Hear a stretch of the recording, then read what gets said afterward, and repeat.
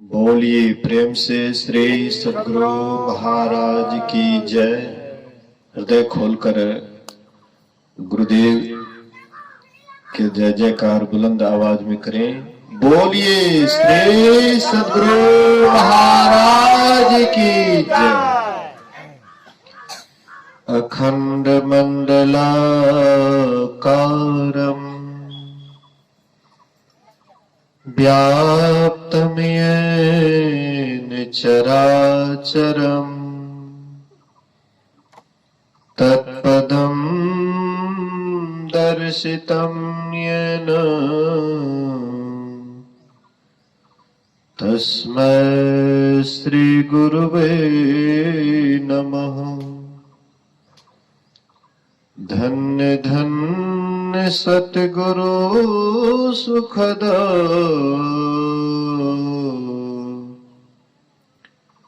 महिमा कही ना जाए। जो कछु कहो तुम्हारी कृपा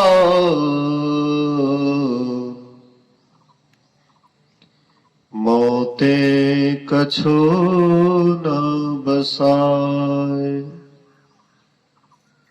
सर्वत्र सर्वदा वर्तमान सद्गुरु महाराज जी के पावन चरणों में कोटि कोटि नमन। उपस्थित मंचासीन पूज्य बाबा लोगों के चरणों में नमन। धर्म प्रेमी सत्संगी बंधुओं, पूजनीय माताओं तथा भक्तिमती बहनों, सप्ताह ध्यान एवं संतमत सत्संग का आज 5वां दिन प्रथम पाली सत्संग में हम आप उपस्थित हैं। श्रवण कर रहे थे गुरु महिमा के संबंध में। संत कबीर साहब ने कहने की कृपा की है, गुरु की महिमा अनंत है, अनंत क्या उपकार, लोचन अनंत उघाड़िया, अनंत दिखावनिहार। गुरु की जो महिमा है वह अनंत है, मतलब उसका अंत ही नहीं है। जिसका अंत होता है उनके संबंध में हम कह सकते हैं या मन से बुद्धि से विचार या तर्क वितर्क कर सकते हैं, लेकिन जिनकी महिमा का अंत ही नहीं है, अनंत है, उनके संबंध में मन ना तो उसके संबंध में तर्क वितर्क कर सकता है और न ही बुद्धि वहां तक पहुंच सकती है। इसलिए कबीर साहब को दूसरी जगह कहना पड़ा, सब धरती कागज करो, लेखनी सब बन राय, सात समुद्र की मसी करो, गुरुगुण लिखा न जाए।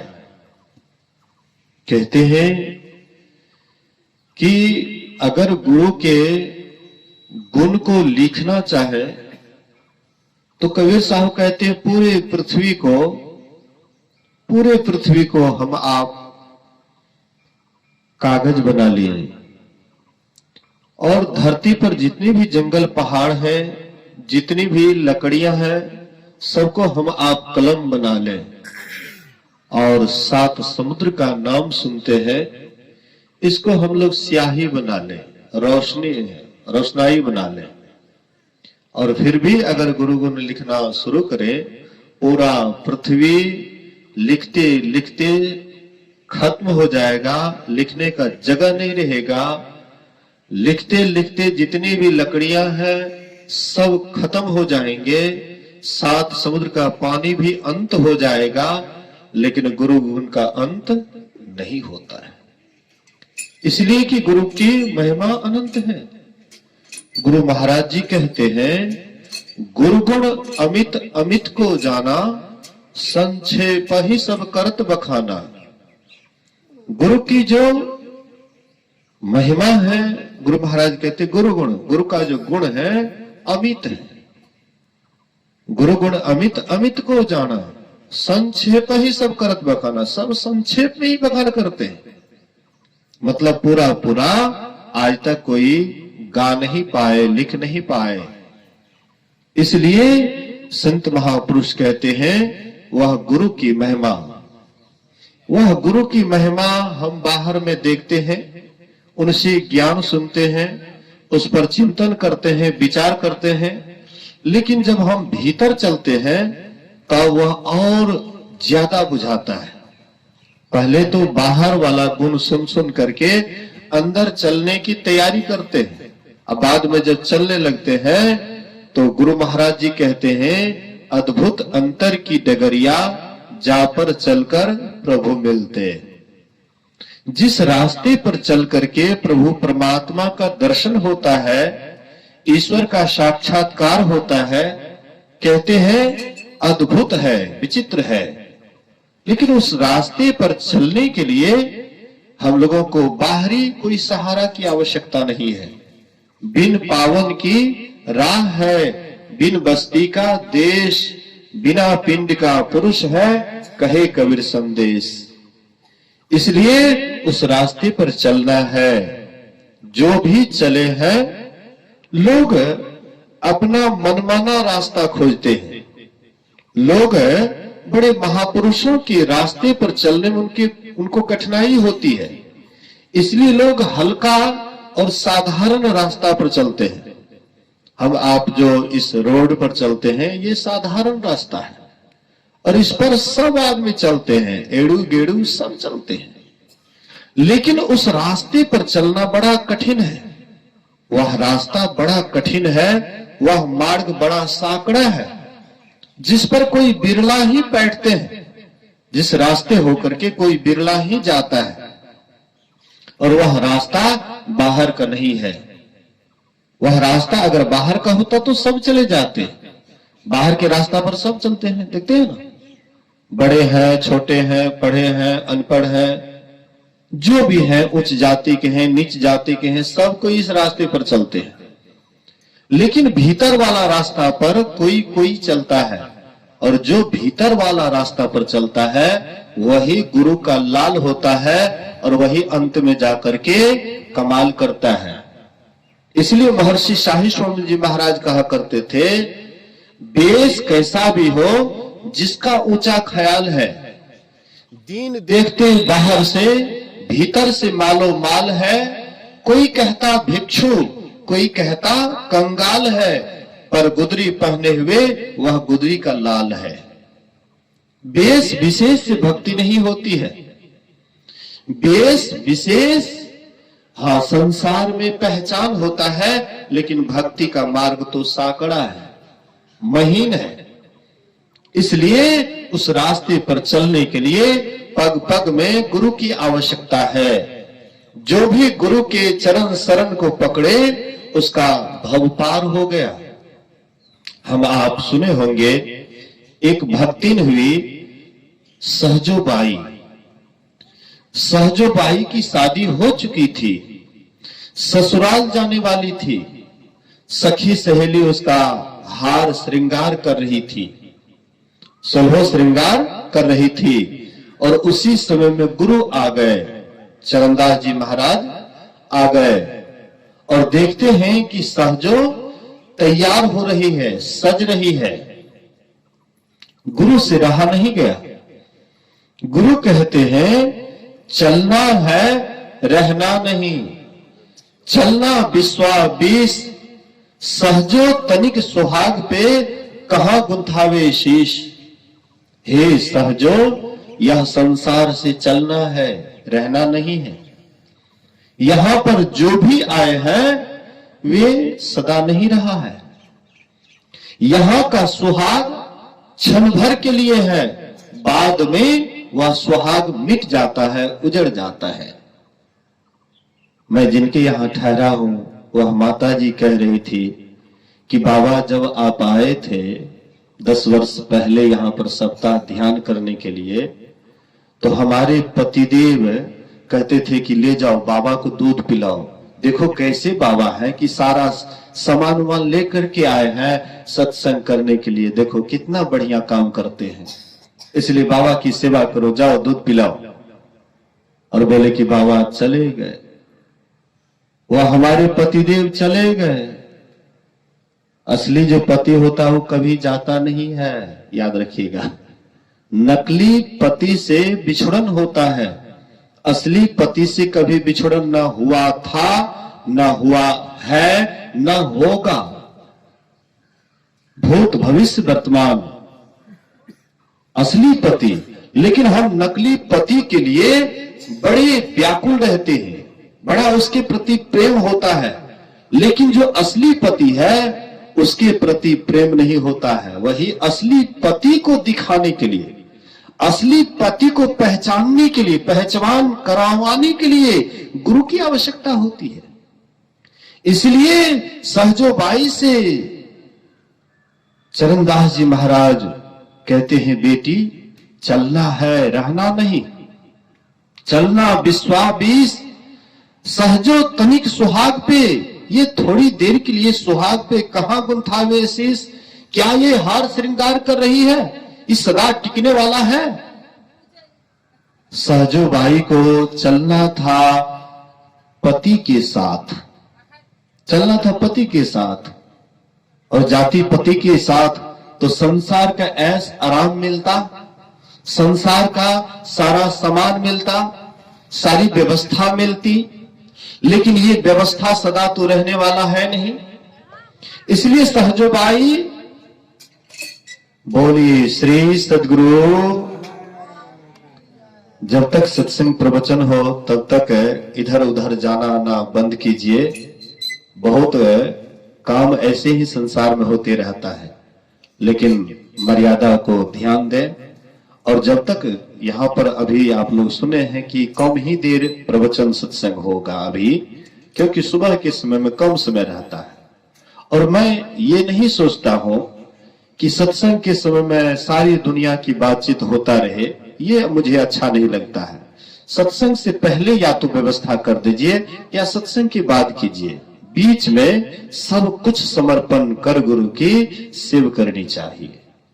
ये गुरु की सेवा, असली सेवा, सत्संग और ध्यान, ये गुरु की असली सेवा है। जब असली सेवा के समय आप रहें तो नकली सेवा पर से ध्यान हटा दें। बोलिए श्री सद्गुरु महाराज की जय। तो सहजोबाई पति के साथ नहीं जा करके और चल देती है गुरु के साथ। और गुरु के साथ गई तो क्या की? जो काम करने के लिए आई थी वही काम की। मनोयोग पूर्वक साधना की, ध्यान की, अपने अंदर में गमन की और अंदर में जा करके ईश्वर परमात्मा को पहचाना, परमात्मा को जाना। जब इसको ईश्वर परमात्मा का पहचान हो गया, जब साक्षात्कार हो गया, तब किसी ने आकर के पूछा कि सहजो, तुम्हें राह दिखाने वाले गुरु और तुमको जिससे भेंट हो गया है वह परमात्मा ईश्वर। अब बताओ, दोनों अगर तुम्हारे सामने में आ जाए तो तुम किसको पकड़ेगी, किसको छोड़ेगी? किससे तुम ज्यादा प्रेम करेगी, किसको पहले तुम पकड़ेगी? तो सहजोबाई कहती है, राम तजू पै गुरु न बिसारू, गुरु के सम हरि को न निहारू। मैं भले ही राम को त्याग सकती हूं, मैं राम का परित्याग कर सकती हूं, राम को छोड़ सकती हूं, लेकिन मैं गुरु को कभी नहीं छोड़ सकती। अब देख लीजिए, गुरु परमात्मा दोनों है। और दोनों में से कहते हैं तुम किसको पकड़ेगी? तो कहते हैं हम गुरुवे को पकड़ेंगे। जिनके भीतर में गुरु रूपी प्रकाश मिल जाता है तो परमात्मा कहां जाएंगे? हरि रूठे गुरु ठौर है, गुरु रूठे नहीं ठौर। अगर हरि रूठ जाए तो गुरु उसको मना लेंगे, अगर गुरु ही रूठ जाए तो आपको परमात्मा भी आपसे बिछुड़ जाएंगे, छूट जाएंगे। फिर आपको परमात्मा से भी मुलाकात नहीं होगी। अगर गुरु को पकड़े हुए तो परमात्मा भी आपके मुट्ठी में है। इसलिए ऐसे लोग मूढ़ हैं, वे लोग अज्ञान हैं कि गुरु को छोड़ करके परमात्मा को ही पकड़ना चाहते हैं। वह तो ऐसे ही करते हैं जैसे हम आप देखते हैं 11,000 पावर का तार जाता है। अब कोई ट्रांसफार्मर के द्वारा 200-250 पावर का तार जाता है, तो लोग किस में बल्ब जोड़ते हैं, किस में कनेक्शन करते हैं? घर से 11,000 पावर से।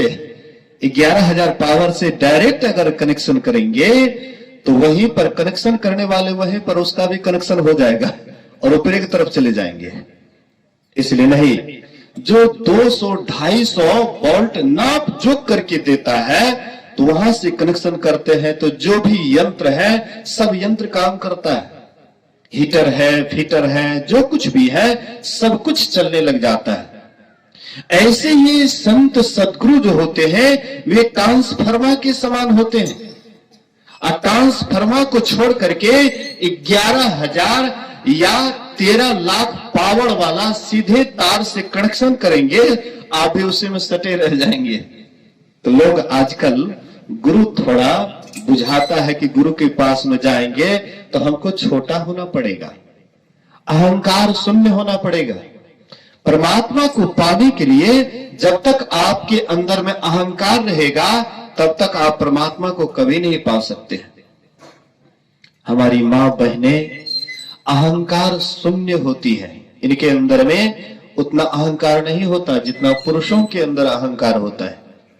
पुरुष जहां भी होते हैं एकदम सीना तान करके रहते हैं कि हम भी कुछ हैं। हमारी मां बहने के अंदर ये बात नहीं होती है, अहंकार लगभग शून्य होती है। इसीलिए ये साधु संतों के पास आकर के बैठती है और पुरुष को लगता है कि हम कुछ हैं।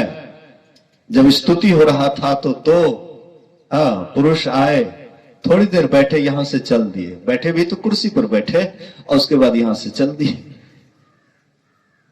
संत महात्मा कहते हैं अहंकार यही आपको बाधा डालने वाला है, इसलिए इससे ऊपर उठिए। अहंकार से सब कुछ बिन से नीचे में बैठने से कोई छोटा नहीं होता है और ऊपर में बैठने से कोई बड़ा नहीं होता है। बगुला ऊपर में उड़ता है इसलिए वे महान नहीं होता है। नीचे नीचे हम लोग धरती पर चलते हैं इसलिए हम लोग छोटे नहीं हो जाते।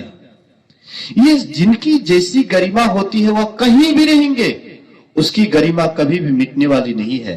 ये गरिमा क्या है? जाति पाति का नहीं, पढ़ने लिखने का नहीं, सुंदरता का नहीं। ये गरिमा होता है भक्ति का, ईश्वर परमात्मा को पाने का। लेकिन जब तक उसको तब तक नहीं पाएंगे जब तक आपके जीवन में संत सद्गुरु नहीं मिल जाए, पहुंचे हुए संत सद्गुरु नहीं मिल जाए। तो संत सद्गुरु के पास जाने के लिए अहंकार शून्य होकर के जाना पड़ता है, अपने आप को मिटा करके जाना पड़ता है। और जो अपने आप को मिटा करके जाते हैं वही एक दिन परमात्मा को पाते हैं। बीज जब धरती के अंदर जाता है तो अपना अस्तित्व को खो देता है। बीज जब धरती के अंदर जाता है तो अपना अस्तित्व खो जाता है, खो बैठता है। और जब अपना अस्तित्व खो बैठता है, मिट्टी में सड़गल जाता है, तब उससे अंकुर निकलता है और एक दिन वही विशाल वृक्ष होता है। ऐसे हम आप भी संत सद्गुरु के पास जाते हैं, अहंकार शून्य होकर के जाते हैं। अपना जाति पाति जितना कुछ भी है, संत कबीर साहब कहते हैं मद तो बहुतक भांति का, ताहि न जाने कोई, तन मद, मन मद, विद्या मद, गुण मद, राज मद, उन्मद। ये जितने भी मद है इतने मद को रद्द करे तब पावे अनहद, तब ये परमात्मा की आवाज को पाते हैं। तो सहजो बाई जाती है गुरु के चरण में और साधना करके उस परमात्मा को पा लेती है, उस ईश्वर को पा लेती है। हम आप भी सब कुछ छोड़ करके संत सद्गुरु के चरण शरण में रह करके ये कोई जरूरी नहीं है कि शरीर से ही उनके साथ में रहे। शरीर से साथ में रहे कौन? धीरज लाल बाबा साहब के निकट में साथ साथ रहते थे।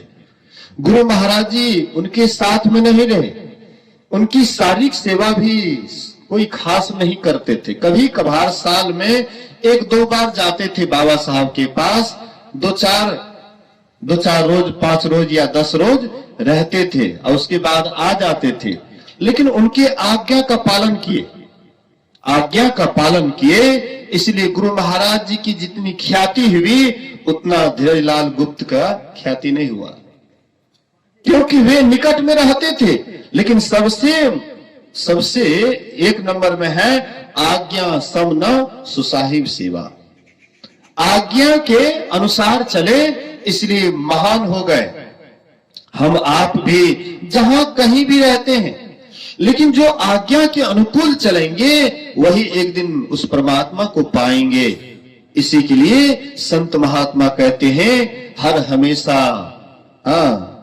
हर हमेशा आपको गुरु के मन में रहना है, गुरु के मन में रहना है। गुरु महाराज जी एक जगह कहते हैं गुरु गुरु त्राही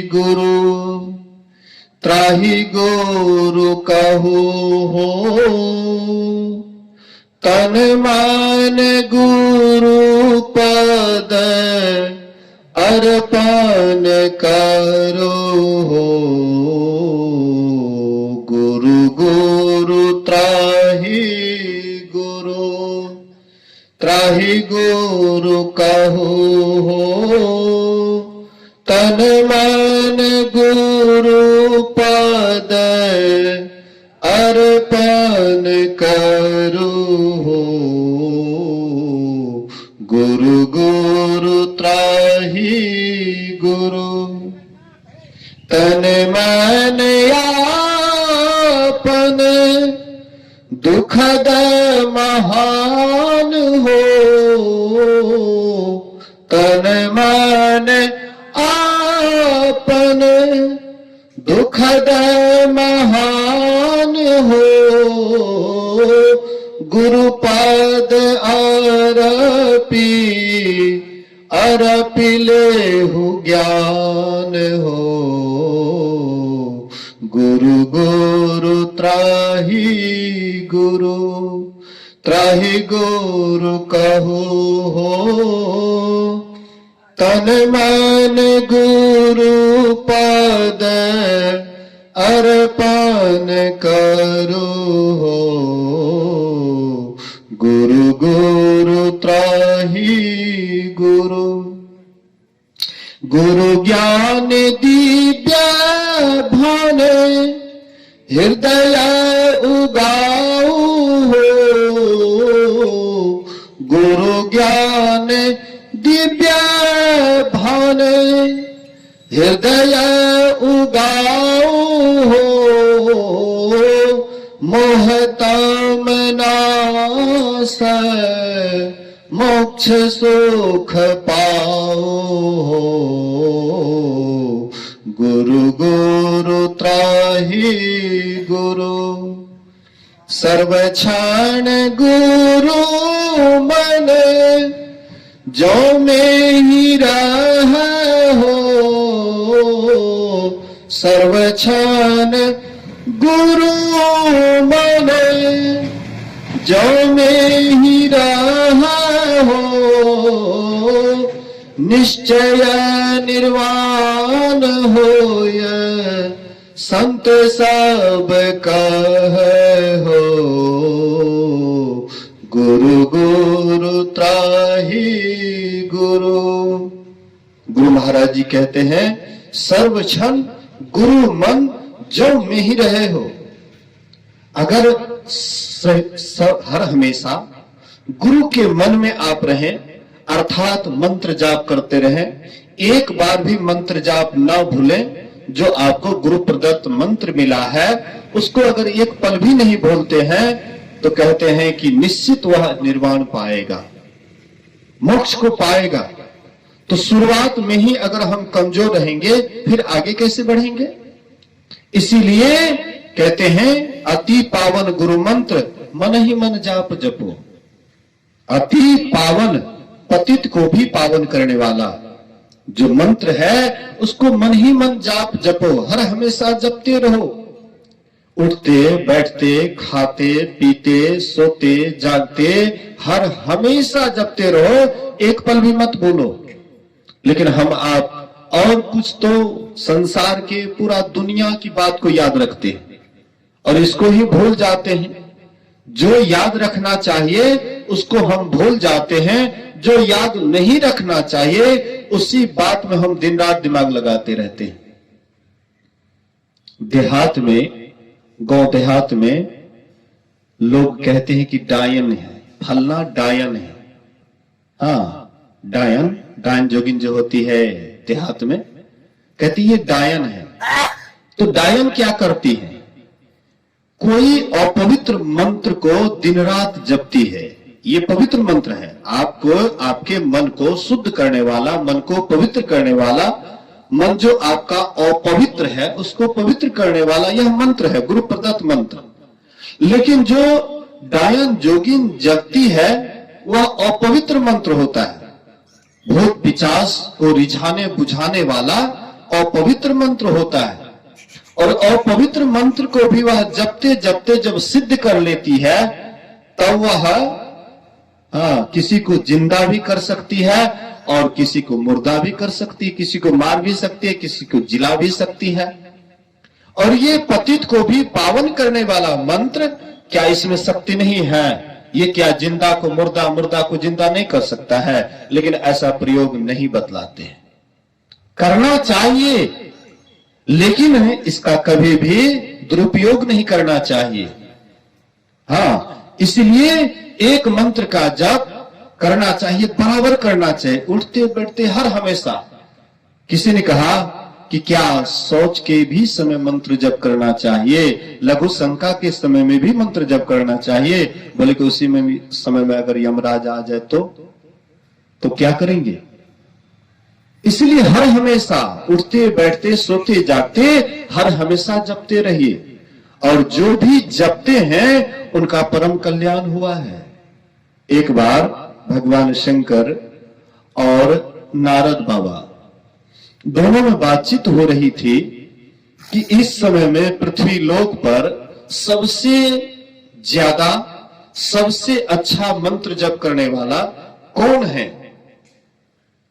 तो नारद बाबा कहते तब तो घूम करके देखना पड़ेगा, प्रत्यक्ष में ऐसा कौन है घूम करके देखना पड़ेगा। तो ठीक है, जाइए, अब पता लग जाए तो आइएगा, हमको भी संदेश सुनाइएगा। तो नारद बाबा पृथ्वी लोक पर द्वापर युग का समय था और उस समय में अर्जुन अपने बेड पर लेटे हुए थे और एक ही एक श्वास में हे कृष्ण हे कृष्ण हे कृष्ण का एकदम मंत्र जब चल रहा था। एक ही श्वास में पूरा एकदम टूटे न तार भजन करूं निस दिन, टूटे न तार भजन करूं निस दिन। एकदम अनवरत रूप से, जैसे मंत्र जाप लोग माला जप करते हैं तो माला जप एकदम बराबर करते रहते हैं, हाथ चलते रहता है। इसी तरह से मन से मंत्रावृत्ति बराबर लगातार चलते रहे। ये असली माला जप है, ये तो नकली माला जप है। क्योंकि माला जपते जपते कभी आलस आ जाएगा, कभी आपके मन में गुनावन हो जाएगा, तो धीरे धीरे ये मंत्र छूट सकता है। लेकिन मन से अगर मंत्रावृत्ति होती है तो वह छूटने का नाम नहीं लेता है। इसलिए वह मन से जप रहा था, एक एक श्वास में हे कृष्ण का जप चल रहा था। तो नारद बाबा आए, अब संदेश क्या लेकर के जाएंगे? वो भी बैठ गए एकदम जप करने के लिए, वो भी बैठ गए ध्यान करने के लिए, आंख बंद करके बैठ गए। अब भगवान शिव सोचते हैं कि अभी तक नारद जी नहीं आए हैं, क्या बात हो गई, चलना चाहिए। तो भगवान शिव भी आते हैं, देखते नारद जी वो भी एकदम जप कर रहे हैं। उधर अर्जुन तो एक एक श्वास में जप चल ही रहा था। अब भोले बाबा भी बैठ गए, ये तो ध्यान के मूर्ति ही थे, जहां कहीं भी जाते थे तो बस कोई गपशप करता था। अब भोले बाबा को गपशप से कोई मतलब नहीं। आप लोग जानते हैं, एक कहानी है कि सती जी के पिता, हाँ, उनके पिताजी क्या नाम था? दक्ष, प्रजापति दक्ष। प्रजापति दक्ष और भगवान शंकर में वैमनस्य कब से हुआ जानते हैं? एक बार जब प्रथम इनको प्रजापति का पद मिला था तो ब्रह्मा जी बहुत ऊंचा कुर्सी इनके लिए लगवाए थे, प्रजापति दक्ष के लिए, कि ये सभी प्रजाओं के पति हैं, इसलिए सबसे ऊंचा सिंहासन लगवाए। तो कोई जब पद मिलता है तो स्वाभाविक मद हो जाता है, चाहे प्रधानमंत्री का पद मिले या राष्ट्रपति का पद मिले या मुख्यमंत्री का पद मिले या कोई डॉक्टर, इंजीनियर, कोई भी पद मिलता है तो अहंकार तो पहले ही घेर लेता है, पद का मद होता है। तो ये साधारण पद का जब मद होता है, और तो बहुत बड़ा ऊंचा पद उनको मिला था, सभी प्रजाओं के पति, प्रजापति का पद मिला था, सबसे ऊंचा सिंहासन मिला था। जब वे आए सभा में तो सभी उठ करके खड़े होकर के सब नमन किए, सब उसको अभिवंदन किए। लेकिन भोले बाबा, सभा लगी हुई थी, अभी प्रजापति नहीं आए थे, इसलिए भोले बाबा एक कोना में बैठ करके आंख बंद करके एकदम मगन हो गए, ध्यान में मगन हो गए, कुछ लेना न देना, मगन रहना, एकदम अंदर अंदर मगन हो गए, ध्यानस्थ हो गए। और उसके बाद जब ये आए तो उस समय वे मगन थे, ध्यानस्थ थे, कौन आया कौन गया। जब आप अंदर प्रवेश कर जाते हैं, ध्यान से समाधि में उतर जाते हैं, तो फिर कोई शरीर का सुध नहीं रहता है, न संसार का सुध रहता है, एकदम वे समाधि में मगन है। ये आए तो झांक करके देखने लग जाते हैं कि कौन कौन मेरे स्वागत में खड़े हुए और कौन कौन नहीं हुए, कौन कौन मेरा स्वागत किए कौन नहीं किए। तो देखने लग जाते हैं तो सब तो मेरे स्वागत में खड़े हुए, लेकिन हमारे जमाई बाबू यही नहीं खड़ा हुआ। अच्छा, इसको मैं मजा चखाऊंगा। तो वही मजा चखाने के लिए यज्ञ किए थे। बहुत उधर कहानी है, उधर नहीं जाना चाहता हूं। मैं आपको यही दिखाना चाहता था कि भोले बाबा जहां भी जाते थे फालतू और व्यर्थ की बातें नहीं करते थे, बस ध्यान में मगन हो जाते थे। तो ये भी आए, एकदम बैठ गए ध्यान में। अब उधर से पार्वती, ब्रह्मा जी, सरस्वती आदि सारी देवी देवता के साथ, कि हमारे पतिदेव गए मृत्यु लोक में, अभी तक लौट करके नहीं आए हैं, सारी देवी देवताओं के साथ वे लोग भी आ गए। सब के सब पैतानी में बैठे हुए हैं, नीचे बैठे हुए हैं, सब एकदम ध्यानस्थ हैं।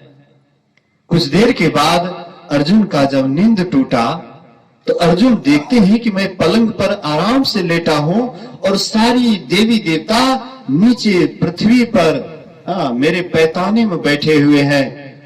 अर्जुन सबको नमस्कार करते हैं, बंदगी करते हैं, कहते हैं कि हमसे बड़ी गलती हो गई कि आप लोग मेरे पैताने में बैठे हुए हैं और मैं आराम से पलंग पर लेटा हुआ था। सारी देवी देवता कहते हैं ये तुम्हारे जप का प्रभाव है, हम लोग तुम्हारे जप के ही प्रभाव से खींचे चले आए। तो जप में वह पावर है कि बड़े बड़े देवी देवता भी वह जप के प्रभाव से आपके तरफ खींचे चले आते हैं। मैं कल आप लोगों को कह रहा था, मंत्र की सिद्धि, जो मंत्र की सिद्धि कर लेते हैं सारी देवी देवता उनके आगे पीछे हो जाते हैं। इसलिए गोरखनाथ जी महाराज कहते हैं, 6 से सहिस 21 जाप, अनहद उपजे आपे आप, बंक नाली में उगे सूर, रोम रोम धुनि बाजे तूर, उल्टी कमल सहस दल बास, भंवर गुफा में ज्योति प्रकाश। कहते हैं जो स्वस्थ व्यक्ति हैं वे 24 घंटा में 21,600 श्वास लेते और छोड़ते हैं। प्रत्येक श्वास में अगर मंत्र जाप हो लेकिन ये प्रत्येक श्वास में ऐसे नहीं होगा। पहले तो आपको वाचिक जप से शुरू करना पड़ेगा। वाचिक जप जब एकांत हो जाए, रूम में कोई नहीं है, अकेले आप हो जाएं, एकांत हो जाए, तो वाचिक जप भी कभी कभी करना चाहिए। गुरु महाराज भी कराते थे। बोलिए श्री सदगुरु महाराज की। गुरु महाराज जी कुप्पाघाट आश्रम में साप्ताहिक सत्संग में रविवार के को जब लोग आते थे, सत्संगी का माहौल रहता था, तो वहां पर गुरु महाराज जी 10-15 मिनट तक वाचिक जप करवाते थे। गुरु महाराज कहते थे कि आप लोग घर पर ध्यान करते हैं कि नहीं करते हैं, लेकिन यहाँ पर सब कोई कीजिए। तो 5-10 मिनट गुरु महाराज वाचिक जप करवाते थे कि इस तरह से जपिए। तो जपते जपते जपते जपते धीरे धीरे जो है उसका आदत पड़ जाता है, मन पर छाप पड़ जाता है। तो वाचिक जप करना चाहिए, उपांशु जप करना चाहिए। उपांशु जप किसको कहते हैं? आप बोलते हैं तो बगल वाले आपकी आवाज को नहीं सुनते, लेकिन आपका ठोर टपर टपर करता है, देखता है कि ये कुछ बोल रहा है, लेकिन क्या बोल रहा है उसको सुनाई नहीं पड़ता है। इसी को उपांशु जप कहते हैं। अब मानस जप कहते हैं मन ही मन, मन से ही जो जपा जाता है उसी को मानस जप कहते हैं। तो यहां पर कहते हैं गोरखनाथ जी महाराज, 6 से सहिस 21 जाप अनहद उपजे आपे आप। अगर आप जप बढ़िया से करते हैं, अच्छी तरह से करते हैं, जपते जपते जपते जपते कभी कभी ऐसा आपको लगेगा कि रास्ते चल रहे हैं, ऑटोमेटिक जप हो रहा है अपने आप। जैसे हम मशीन को पहले स्टार्ट करने के लिए हैंडल लगाते हैं, हैंडल लगा करके 2-4 बार घुमाते हैं और लीवर गिरा देते हैं। लीवर गिरा देते हैं, जब मशीन स्टार्ट हो जाता है तो फिर हैंडल घुमाने की आवश्यकता नहीं होती है, ऑटोमेटिक तब मशीन चलने लग जाता है। बस यही बात होती है। पहले आपको जप का अभ्यास करना पड़ता है। जप का अभ्यास करना पड़ता है। कभी जपते हैं कभी मन भाग जाता है, कभी जपते हैं कभी मन भाग जाता है, जिसको गुनावन कहते हैं। बैठते हैं ध्यान करने के लिए, बैठते हैं जप करने के लिए, होने लगता है गप दुनिया भर का। ये करना है, वो करना है, ऐसे करना है, वैसे करना है, सब लहना तगादा हिसाब किताब दुनियादारी सब उसी से में आ जाता है। अगर आप उसी में लगे रह गए तो शायद आप आगे नहीं बढ़ पाइएगा। इसीलिए सावधान